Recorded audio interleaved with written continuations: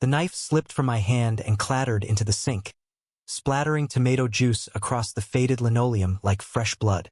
"You're not my son anymore," Dad's voice boomed from the living room, each word a hammer blow that echoed through our cramped Ohio kitchen, freezing me mid-chop for the family dinner I'd slaved over for hours. I gripped the counter, heart pounding as Mom's sobs followed, a sound I'd only heard once before, when she buried her own brother. And in that instant, I knew the house, the home I'd poured my soul into fixing up, was slipping away, handed to my brother like I was the ghost they wished they'd never haunted. I stumbled into the doorway, the air thick with the scent of roast chicken and unspoken venom. Dad stood there, red-faced under the harsh fluorescent light, clutching the deed like a Bible verse he could finally enforce. "Ethan gets it, Alex. The house. The legacy.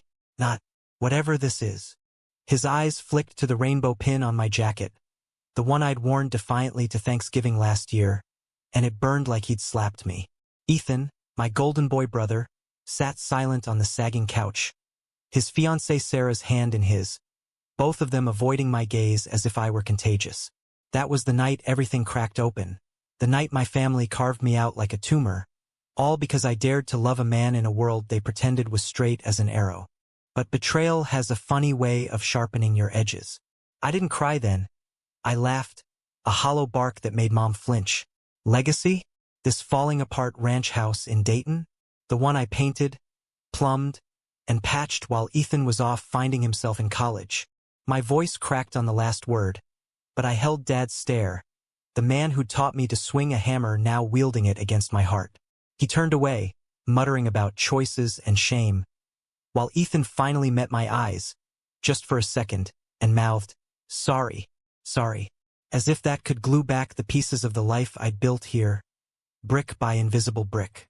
That laughter? It was the last sound I made in that house for weeks.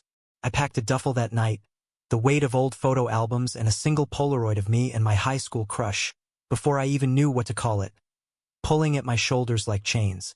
Mom tried to hug me goodbye at dawn, her perfume clinging like regret, whispering, "Pray on it, Alex. God fixes broken things." I wanted to scream that I wasn't broken, that loving fiercely wasn't a flaw to mend, but I just nodded and walked out into the gray Ohio autumn, the door clicking shut behind me like a judge's gavel.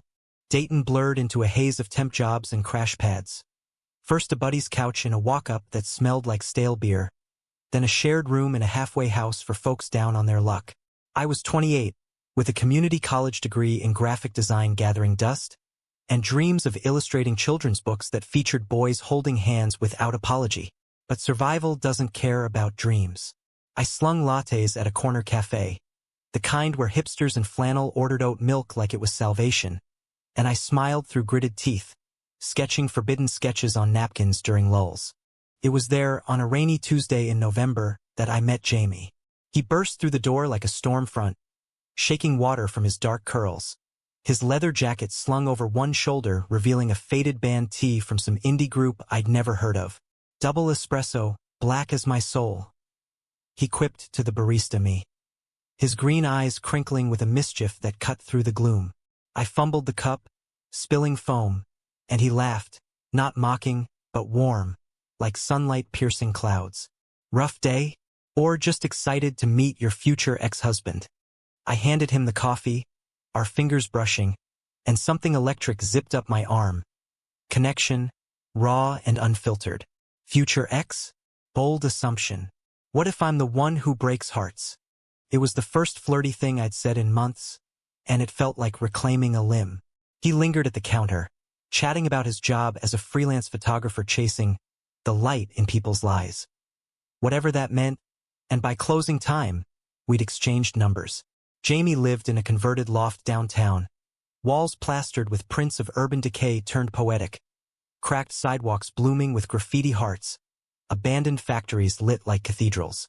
Our first date was at the Air Force Museum of all places, Dayton's pride, with its gleaming warbirds suspended like frozen dreams. We wandered the hangars, his hand occasionally grazing mine in the shadows of B-52 bombers, and he whispered stories about his own coming out. A Kentucky farm boy who'd fled Bible Belt sermons for city lights, only to find his dad waiting with open arms at a pride parade in Cincinnati. "Not everyone's poison, Alex," he said, squeezing my fingers under a F-16's wing. "Some folks see the miracle in the mess." I wanted to believe him. God, I did. But the call came 2 days later, shattering the fragile bubble. Ethan, voice thick with something I couldn't name. Guilt? Glee? Telling me the closing was set for Christmas. Dad's insisting, "Bro says it's for the family line." Family line. As if my blood wasn't the same crimson as his.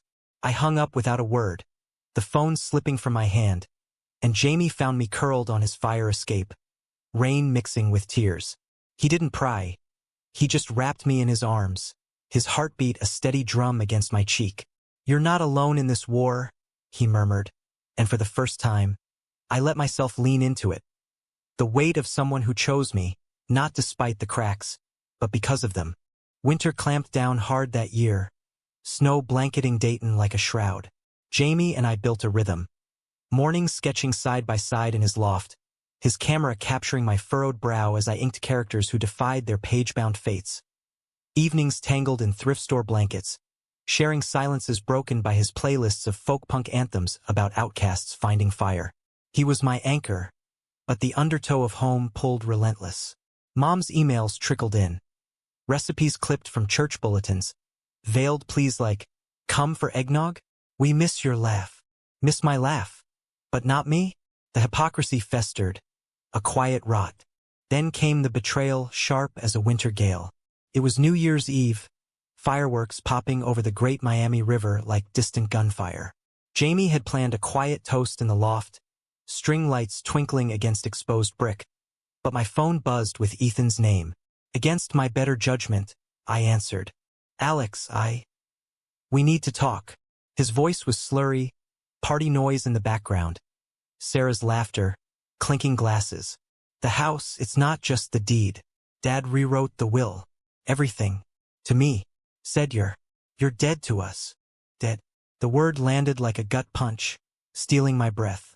I gripped the windowsill, staring at the city lights blurring through frost. "You knew? All this time and you let them?" Silence. Then a mumble. "It's not like that. Family first, right? You'll land on your feet." Land on my feet. As if I hadn't been dangling by my nails since summer. I hung up, rage boiling over, and when Jamie asked, I shattered, sobbing out the whole ugly inheritance. The house that was never mine. The love they deemed a curse. He held me through it, his whispers fierce. "They're wrong, Alex. You're the legacy, the one who builds instead of inherits." But doubt crept in like frostbite. What if he was right? What if I was the sin they couldn't forgive? I pulled away those next weeks, burying myself in work, entering a national illustration contest on a whim. A series called Hidden Homes. Portraits of queer folks reclaiming spaces society stole. Jamie noticed the distance, his texts unanswered until one night he cornered me in the cafe. "Talk to me or I'm out. I can't chase ghosts." His words stung, a mirror to my fears. What if I'm the ghost? What if loving me means losing everything? He cupped my face, thumbs brushing tears I hadn't realized were falling.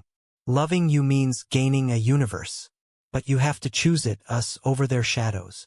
I chose, in that moment, collapsing into him amid the steam of espresso machines, the scent of fresh grounds grounding me. We kissed there, public and unashamed, a middle finger to the world that said we shouldn't. Spring thawed the ice, but not the ache. The contest deadline loomed, my portfolio a raw nerve. Sketches of Jamie laughing in the loft, of me as a boy hiding comics under my bed, of Ethan's silhouette fading into a doorway labeled, "Forgiven." I submitted it all, half expecting rejection, but Jamie believed, framing rough drafts on his walls like prophecies. "This is your house, Alex. The one you build with ink and heart." The acceptance email hit like lightning on a clear day. First place, $50,000 prize. A solo exhibit in New York. "Winners who defy," the subject read, and I read it aloud to Jamie over takeout lo mein. His whoop of joy echoing off the beams. But triumph soured fast. Mom called that afternoon, voice quavering. "Heard about your art thing. Dad says it's a phase. Come home, Alex, before it's too late. Too late for what? Absolution. I drove back that weekend, the old ranch house looming like a judge under blooming dogwoods. Dad met me on the porch, arms crossed, the air humming with lawnmower ghosts. Pride doesn't pay bills, son. Son. The word twisted like a knife. Ethan hovered inside, Sarah pregnant now, belly a soft curve under her sundress. Congrats on the win, he said, eyes downcast. But I saw the flicker. Envy? Regret? We argued in the kitchen, the same spot where it all began. Mom mediating with trembling hands, Dad thundering about natural order. Me firing back with stories of kids like me who jumped from bridges because families like his whispered, sin. You gave him the house? I shouted at Dad, jabbing toward Ethan. But treated me like I'm the one who's homeless. Silence fell, heavy as summer heat, broken only by Ethan's quiet. He's right, Dad. I told them about the contest, pushed for the call, thought it'd bring you back. Betrayal, round 2. My brother, the favored son, admitting he'd weaponized my success to lure me into their trap. To fix us, he pleaded, tears streaking his face. Fix us, as if I were the fracture. I walked out then, not running, but striding, toward Jamie's truck idling at the curb, our New York train tickets clutched in my fist. Dad's shout followed, "Don't come back!" But I did, months later, after the exhibit's roar, reviews in the Village Voice calling my work a luminous rebuke to inherited hate. The check cleared, enough for a down payment on a brownstone co-op in Brooklyn. Jamie's ring on my finger, a promise forged in fire. We invited them to the opening party, a olive branch wrapped in steel. Mom came first, alone, her hug fierce in the gallery's glow, whispering, "I see you now, baby." The miracle. Dad followed, gruff and silent, staring at a piece titled The House I Built. Me and Jamie under that oak, roots entwining. "It's beautiful," he muttered, and Ethan, trailing with Sarah and their newborn, added, "You won big, bro, bigger than bricks." It wasn't fairy tale neat, no tearful group embrace, no instant absolution. Dad left early. Mom lingered with questions about that photographer boy. Ethan and I shared an awkward beer on the fire escape, toasting to second chances. But in the quiet after, Jamie's head on my shoulder, the city humming below, I felt it, the humanistic pulse of it all. Families aren't houses, handed down like deeds. They're stories, rewritten with every defiant line. I'd lost a legacy of wood and mortar, but gained one of light, love that bent toward truth, not shame.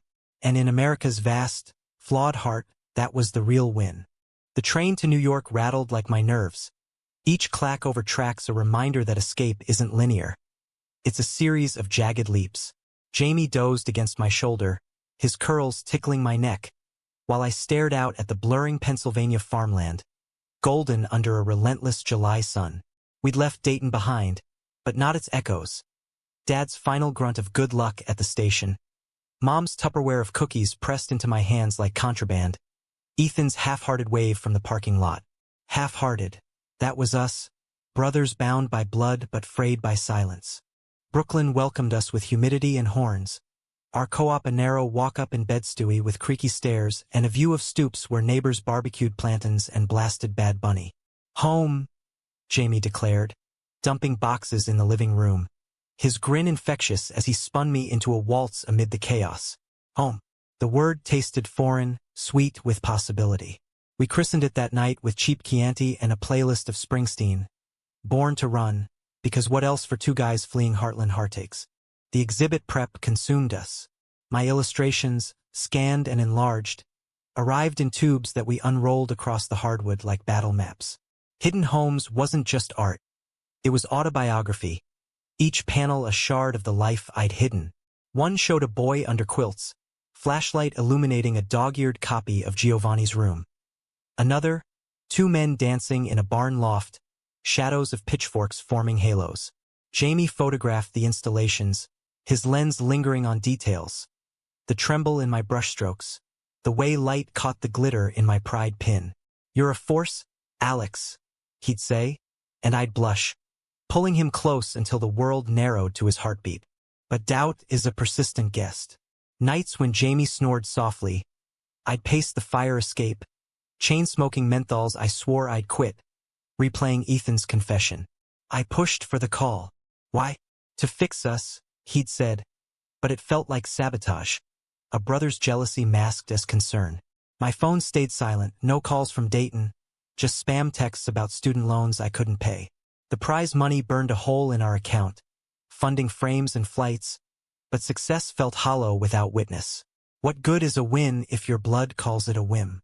The gallery opening was a whirlwind of clinking glasses and murmured accolades. The space, a converted warehouse in Chelsea, pulsed with New York's queer elite, drag queens in sequins, authors with sharp tongues, activists whose tattoos mapped histories of Stonewall. My pieces hung under spotlights, titles like Inheritance Denied, drawing clusters of viewers who nodded, teary-eyed. This is us? One man whispered to his partner, hand intertwined, and I swallowed the lump in my throat, Jamie's arm a steady anchor at my waist. Then, the door swung open, and there was Mom, tentative in a floral blouse that screamed Midwest, clutching a purse like a shield. Her eyes widened at the crowd, the rainbows, the unapologetic joy, but she zeroed in on me, weaving through like a salmon upstream. "Oh, honey," she breathed, enveloping me in lilac and regret. We talked in a corner, her questions tumbling. Is this sustainable? The drawings, sustainable, as if love were a crop yield. I showed her the house I built, explaining the oak as metaphor, roots deeper than deeds. She traced the frame, fingers lingering on our silhouetted forms. Your dad, he wouldn't come. But I see it, Alex, the beauty in the breaking. She stayed an hour, charming a lesbian couple with stories of my childhood finger paints, before hugging me goodbye with a promise. Tell that Jamie he's family now. Family. The word echoed as she left, leaving a warmth that curdled when Dad arrived unannounced 2 days later. I'd invited him via email, a Hail Mary, and there he was in the gallery's back office, hat in hands, smelling of Old Spice and engine grease. Saw your name in the paper, he grumbled, nodding at a review taped to the wall. Fancy. Fancy. I braced for the lecture, but he just stared at the pieces, jaw working like he was chewing gravel. That one, he pointed to Sin Eater. A self-portrait of me swallowing shadows at the family table. Reminds me of Grandpa. He lost a brother to the war, never forgave the draft. It was the closest he'd come to vulnerability, a crack in the armor. We sat on folding chairs, the air thick with unsaid sins, and I asked, "Why the house, Dad? Why him?" He sighed, deflating. Ethan's straight. Kids. The line continues clean. Clean. The word sliced, but I pressed. And me? Dirty blood. He flinched, eyes wet. Scared, son. Scared you'd burn brighter than I could handle. We didn't hug. Dads like mine don't do theatrics. But he clapped my shoulder, muttering, proud, in my way. He left a check, $5,000, scribbled for your house, and drove back to Ohio that night. Progress? Or pity? Jamie called it a bridge, but I saw a drawbridge half-raised. Ethan's visit was the test. He rolled in a month later, Sarah and baby Mia in tow, their minivan crammed with casserole dishes Mom insisted on. Reconciliation tour, he joked, but his eyes held the weight of that New Year's call. We walked the exhibit, Mia gurgling at the colors, Sarah cooing over the whimsy in my kidlit sketches. You always had the talent, Ethan said, stopping at brother's shadow. A piece of him as a boy handing me a toy truck, our hands overlapping in light. I envied it. The way you saw worlds in lines. Thought giving you the house would. I don't know, balance it. Balance. His confession spilled then, over rooftop beers as the sun dipped behind brownstones. How he'd overheard Dad's rants, fueled them with concerned talks, even leaked my contest entry to a family friend for sabotage. Wanted you small like me. Safe. Betrayal unpacked, raw and repentant, and for the first time, I saw him. Not the golden boy, but a man shackled by the same chains, straight but starved for authenticity. We cried, clumsy man hugs under string lights, toasting to forgiving fools. The summer deepened, our co-op filling with life. Jamie's darkroom set up in the spare room, my drafting table scarred with eraser ghosts. We hosted brunches for the gallery crowd, laughter spilling onto the stoop where neighbors joined, a tapestry of accents weaving stories of survival. But romance isn't all idle. Jamie and I clashed too, over my late nights tweaking proofs, his wanderlust pulling toward photo gigs in LA. "Don't fade on me, Alex," he teased, but his eyes held fear, echoes of his own losses. One argument peaked in August heat, sweat slick and shouting, "You're still running from them," he accused, after I dodged a call from Dad. "No, building away from them," I fired back, slamming the door to cool off on the fire escape. Stars pricked the sky, and regret hit like a wave. I found him later, sketching aimlessly, and we talked till dawn, about fears of not enough, of love curdling into complacency. "We're the house we build," I said, echoing my art, and he nodded, pulling me close. Intimacy mended us, not with grand gestures, but quiet vows. Weekly date nights, no phones Sundays. Fall brought harvest. My book deal for Hidden Homes, a children's series on found families, Jamie's exhibit in Soho selling out. We flew Mom out for the signing, her pride beaming as she signed copies herself. Alex's mom, believe her now. Dad sent a card, gruff. "Read it to the grandkid." Ethan video called weekly, Mia's babbles bridging the miles. Betrayal's scar faded to a story, one we retold with grace. Yet climax brewed in the quiet. A Dayton paper ran a feature, local artists triumph over family rift, and backlash hit. Anonymous calls to the gallery, slurs scrawled on my book tour posters. Pervert profiting on lies. It dredged the old sin, Dad's voice in my head. Jamie shielded me, but one night, doubt crested. "What if they're right? What if I dragged you into this storm?" He cupped my face, fierce. "Storms make rainbows, love. And ours? It's the brightest." We faced it together, press statements, community rallies, turning venom to visibility. The book climbed charts, interviews pouring in, and in a TEDx talk, I shared it all. The house lost, the brother redeemed, the love that won. "Sin isn't in who we love," I said to thunderous applause, "but in denying it." Backstage, Jamie waited, ring glinting. He'd proposed mid-rehearsal, casual as coffee. "Marry me? So we build forever." Yes, 1,000 times. Winter returned, softer now, our wedding small in Prospect Park. Oaks bare but branches laced with lights. Mom toasting with tears, Dad flying in to walk me down the aisle, his grip iron but eyes soft. Ethan best man Ed. Speech cracking on brothers by choice now. Vows exchanged under that tree, Jamie's, "I do," a vow to the universe. No perfect endings. Dad still fumbles pronouns, Ethan navigates his own doubts, but humanistic hope bloomed.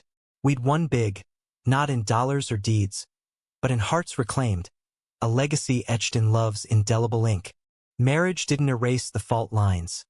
It mapped them, turning tremors into navigable terrain. Our first anniversary found us back in Dayton, not as prodigals, but partners. Jamie and I, hands linked, pulling up to the ranch house in a rental Prius that screamed, city folk. The porch sagged a bit more, paint peeling like old skin, but Mom's wreath of evergreens hung defiant, and the scent of her gingerbread wafted out like a truce flag. 1 year, she beamed, hugging Jamie first. Progress. Before pulling me into the kitchen, where pie crusts cooled on wire racks. Dad grunted from his recliner, newspaper shielding his face, but he lowered it when Jamie offered a hand. "Sir, thanks for the aisle walk." A beat, then Dad's paw engulfed it. "Call me Tom," and "Congrats." Gruff but genuine, the man was learning one syllable at a time. Ethan arrived with Sarah and Mia, now a toddler with my curls and his dimples, barreling into my legs with a squeal. "You and see Alex?" she lisped, and something in me unlocked, a door I'd bolted against the what-ifs of bloodlines bent. Dinner was a minefield navigated with care.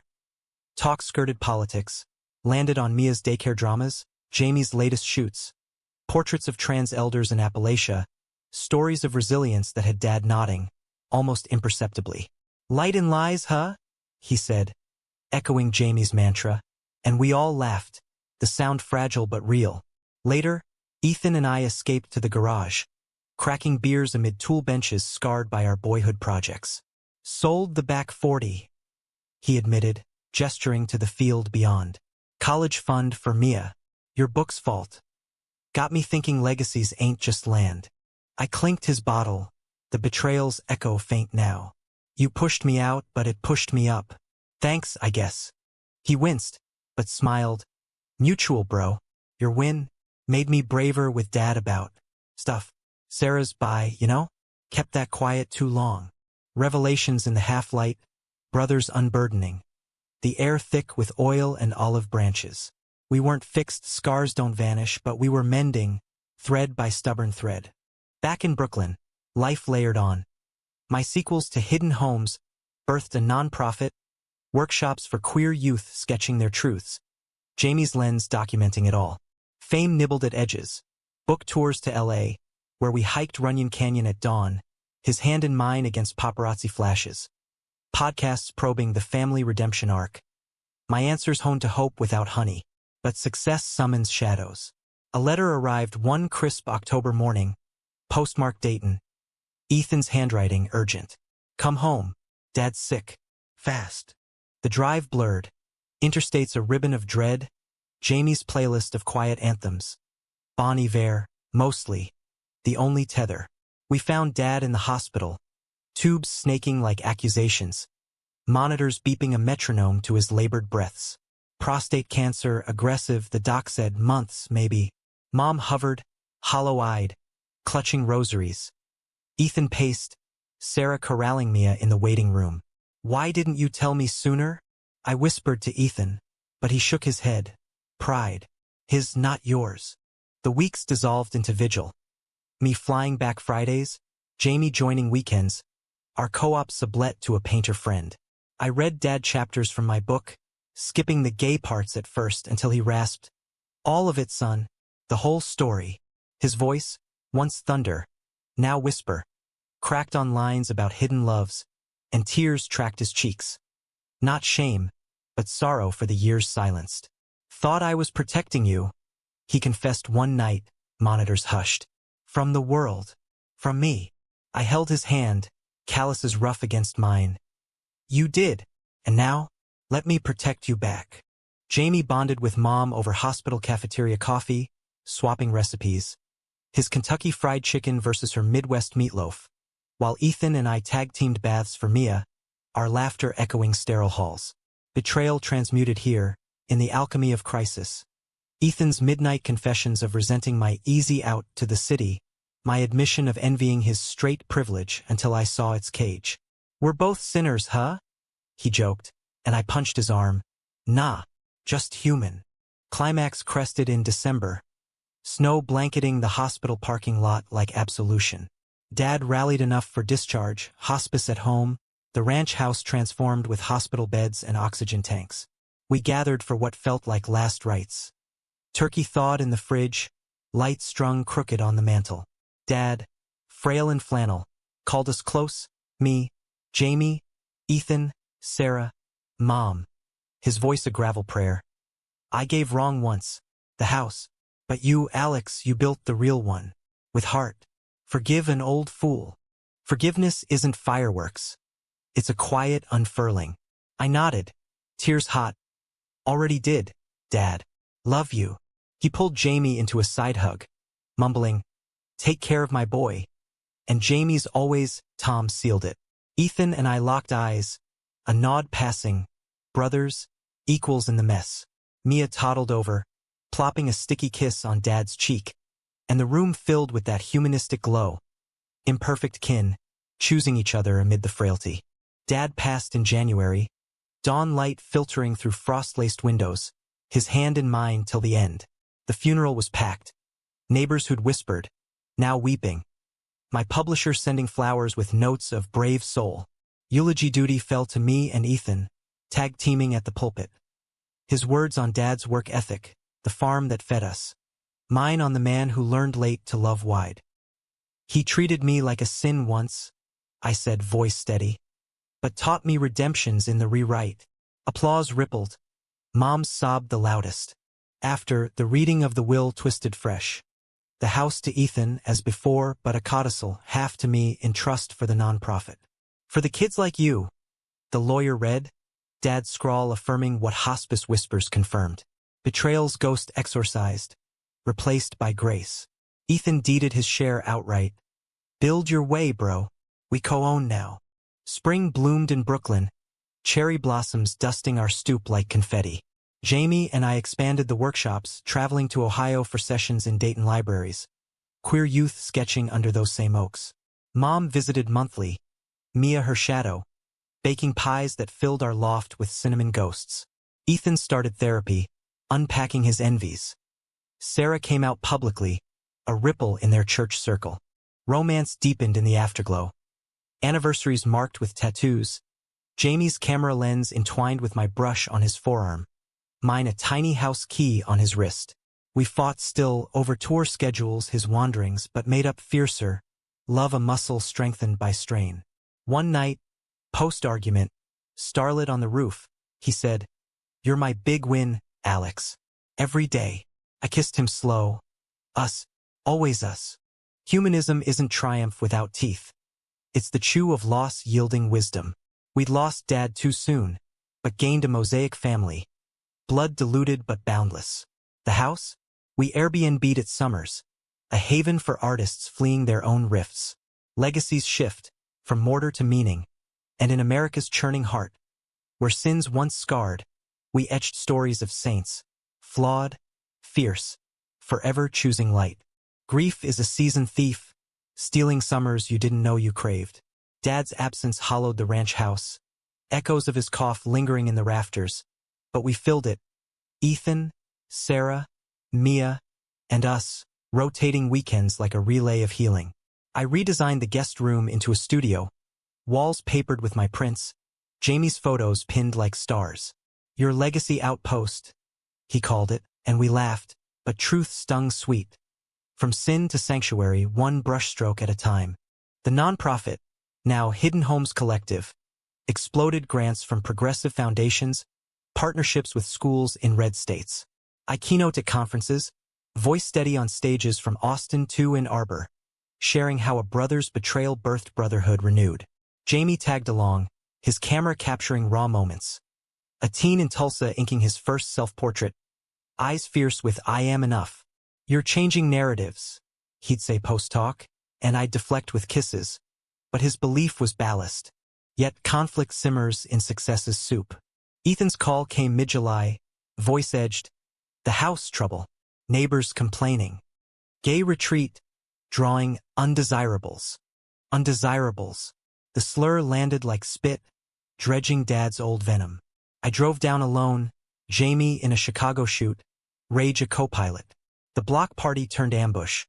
Picket signs, keep Dayton straight. Waved by faces I'd known since Little League. Pastor Hale at the fore, Bible in fist. Your father's rolling in his grave, he bellowed, and I froze. The boy who once hid in church basements resurfacing. Ethan waded in, sign askew. Back off, Hale. It's family land. Family. His defense cracked the crowd, murmurs rippling, but a rock sailed. Grazing my shoulder, pain blooming hot. Chaos erupted. Sarah shielding Mia, me tackling the thrower. A kid, barely 20, eyes wild with inherited hate. Why? I gasped, pinning him, not punching. Why hate what heals? He spat, it's sin, but faltered under my stare, the fight fleeing like air from a pricked balloon. Cops came, diffused it, but the bruise throbbed deeper than flesh. Back in the house, Ethan stitched me up, literally with a first aid kit and apologies. Should have sold years ago. My fault. Fault. The word circled, but I waved it off. Ours to fix. Together. We fortified cameras, community meetings, turning venom to vigilance. Jamie flew in next day, wrapping me in ice packs and ire. Call the lawyers. Sue for peace. But I chose grace again, inviting Hale to a workshop. See the kids. See the light. He came, grudging, sat stone-faced as a girl sketched her two-mom family, voice trembling. This is home. His nod was minimal but their crack in concrete. Redemption's ripple, small but seismic. Fall's frenzy. Book 2 launched, homes reclaimed. With Jamie's forward. Through his lens, I saw my own. Tours pulled us apart. Me to Seattle, him to Miami. Strained fraying threads. A voicemail waited after a rainy reading. Jamie, voice thick. Miss you. But, talk when you're back? Important. Dread coiled. Betrayal's shadow? Or just life? I cut the tour short. Landing in JFK at midnight. Cab racing through neon veins. He waited on the stoop. Face shadowed. An envelope in hand. Not what you think. He rushed, pulling me inside. Not divorce, adoption papers. Kids, Alex. Our version of legacy. Workshops got me thinking. Why not build one? Tears hit, joy jagged. We'd talk dreams. But this? Concrete. You're sure? I whispered, and his grin split wide. Surer than sunrise. Foster first? See if we're dad's material. We were. Nights poring over profiles. Hearts aching for siblings torn from homes not unlike mine. Winter whispered warnings. Foster approval dragged. Bureaucracy a beast. Mia's second birthday at the ranch. Snowmen in the yard. Ethan's cake lopsided. Lifted spirits. But a home visit loomed. Inspectors probing our stability. 2 men, creative jobs, risky. The social worker noted, and old sins echoed. We prepped like soldiers. Nursery painted neutral. Bookshelves stocked with diverse tales. Jamie's nerves frayed, snapping over dinner. What if they say no? What if we're the sin now? I held him. Then we fight. Like always. Approval came spring. Tentative. Trial placement. Boy 8 and sister 6. History of instability. Luca and Elena arrived in May. Duffels clutched. Eyes wide as fawns. Luca's defiance masked fear. Don't touch my stuff. Elena's cling to a ragged bear named Shadow. We eased in. Pancakes with rainbow sprinkles. Park swings where Jamie snapped candids. Me sketching their secret forts. Bonds knit slow. Luca's first laugh at my bad jokes. Elena's whisper. You're like uncles but stay? Climax crashed that summer. Elena's bio dad surfaced. Custody battle igniting. Courtrooms in Brooklyn, lawyers barking. His record a litany of relapses. Unfit. They deemed him, but appeals dragged, stress eroding us. Ethan flew up, testifying. Family's what you make, blood or choice. Mom Skyped prayers. Dad's old check framed on our wall a talisman. Nights, Luca wet the bed, nightmares of gone again. And I'd rock him, Jamie's hand on my back. We're the steady now. The hearing peaked in August heat, judge's gavel hovering. Dad's words echoed in my closing. Redemption's rewrite. We got them permanent paper stamped. Luca's hug crushed. Daddy's. Jamie teared up. Forever, kid. Elena pinned Shadow to our fridge. Home. Betrayal's final ghost. A letter from the bio dad. Post-release. Sorry. You give M what I couldn't. Human even in hurt. We wrote back, invite open, another bridge. Fall filled. School runs, Luca's soccer goals, Elena's dance recitals. Workshops thrived. Ethan guesting with brother talks. Romance rekindled in chaos. Date night stolen. Jamie's photos of our patchwork family adorning walls. Biggest win, he murmured one dawn. Kids snoring down the hall. I kissed his temple. Hours. Humanism hums in the humdrum. Sins atoned not by perfection, but persistence. From a house handed wrong to hearts held right, we'd won. Not big in flash, but deep in roots. America's promise pulsing in every chosen yes. Years layer like varnish, glossing rough edges till they gleam. Luca hit 12 that crisp September, all limbs and attitude, challenging us on curfews with the same fire I'd flung at Dad. It's not fair, he'd storm, echoing my teen rebellions, and Jamie and I'd exchange glances. Mirrors to our mess, raising a mini-me who questioned everything. Elena, sweeter at 10, mediated with hugs and family meetings. Her bare shadow retired to a shelf but summoned for storms. The collective burgeoned. Chapters in 10 states, grants funding residencies where queer artists mentored youth. I penned a memoir, Sin to Symphony, weaving our saga House Lost, Love Found, Kids Claimed. Launch in Dayton drew crowds. Mayor's welcome, church choirs singing anthems reframed. Pastor Hale attended, handshake firm. Your light convicted me, convicted. From pickets to praise, ripples real.